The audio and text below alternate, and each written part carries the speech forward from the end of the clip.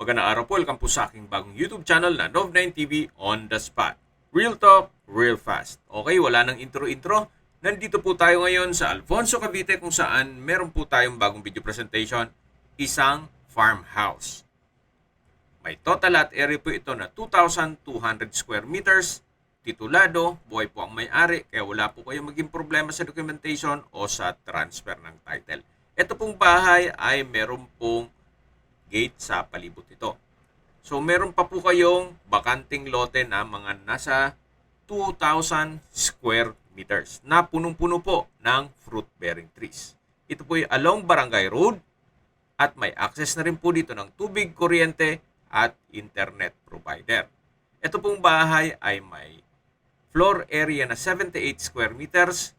Meron pong 3 bedrooms, 2 toilet and bath, living area, dining area, formal kitchen, dirty kitchen, service area, at covered carport. Meron din pong stock room.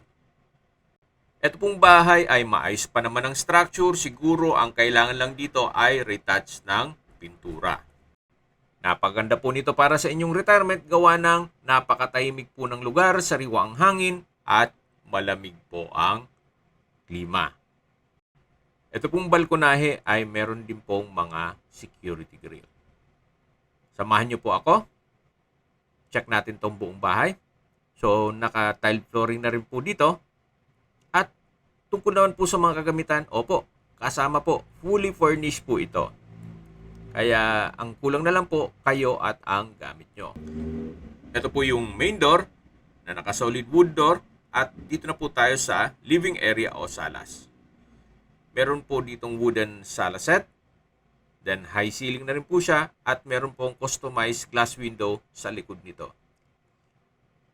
Mula po dito sa living area, ito naman po yung kitchen. May breakfast nook. Then meron na rin pong dining set. At sa dulo po yung formal kitchen. Na may kitchen countertop, stainless sink with faucet, kitchen drawer, at wall-mounted na kitchen cabinet. Dito naman po yung breakfast table. Then, meron pong dirty kitchen. Mas mahaba po ang kitchen countertop, may kitchen cabinet, at storage ng kitchen utensils. Meron din pong kitchen window. At ito po yung common toilet and bath. Maayos naman po ang toilet fixtures. Mula po dito sa dirty kitchen, meron pong access door na papunta naman sa working station at service area na may countertop din po. So yan po yung working station at yung garahe. Then meron pong security grill o gate. Balik po ulit tayo dito sa loob. So yan po yung dining area. Then, dito po yung formal kitchen. Yan po yung breakfast nook. At yan yung living area o salas. At sa dulo po yung main door. Then yung balkonahe. Ito na po yung hallway na papunta naman sa mga kwarto. Check po muna natin itong first bedroom. Malaki naman po ang spasyo nito. Then may glass window. May bed frame with mattress. Then meron pong wardrobe. At dito naman po yung pangalawang kwarto. So sa spasyo, sakto lang. Hindi naman siya ganun kaliit at hindi naman ganun kalaki. Meron din po siyang bed frame at mattress.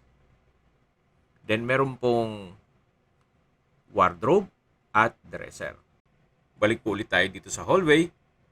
Bago natin i-check ang master's bedroom, check muna natin itong common toilet and bath.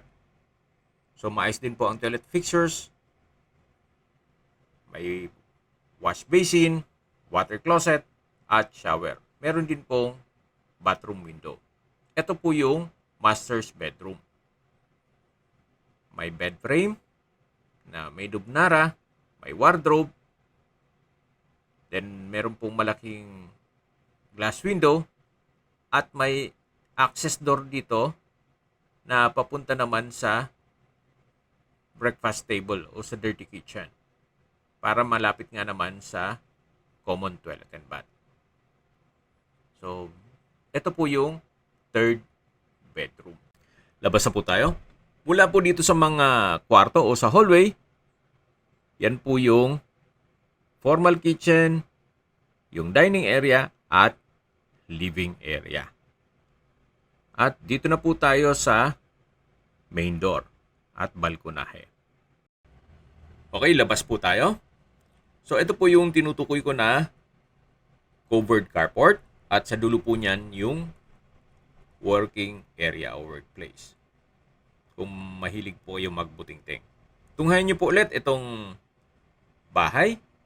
Gaya po ng nasabi ko, kung medyo mitikuloso, siguro retouch na lang ng pintura o palitan nyo ang kulay nito. At sa structure, maayos naman, wala po kayong ipapagawa. So, lipat na po tayo dito sa kabilang lote na kung saan katabi lang po ito. Actually, corner lot po ito ng Barangay Road. Dito sa loob ng property ay meron pong mga fruit-bearing trees gaya ng pili, avocado, guyabano, santol, rambutan, lansones, kamyas, kalamansi, nyog, makapuno, langka, at marami pa pong iba. So, hindi nyo na po kailangan magtanim. I-maintain nyo na lang po ang mga fruit-bearing trees na yan. Okay, sa presyo na po tayo. Binebenta po ito ni owner sa halagang 13 million pesos net. Ibig pong sabihin, si buyer na po ang sasagot sa lahat ng taxes at expenses with regards to documentation. Kung may mga katanungan po kayo, tawag lang po kayo sa aking numero. Ang full video po nito ay mapapanood nyo sa aking main YouTube channel na Nov9 TV channel, Nov9 TV Official, at Nov9 TV Listings. Salamat po sa panunod sa aking mga videos. Ingat po kayo lagi.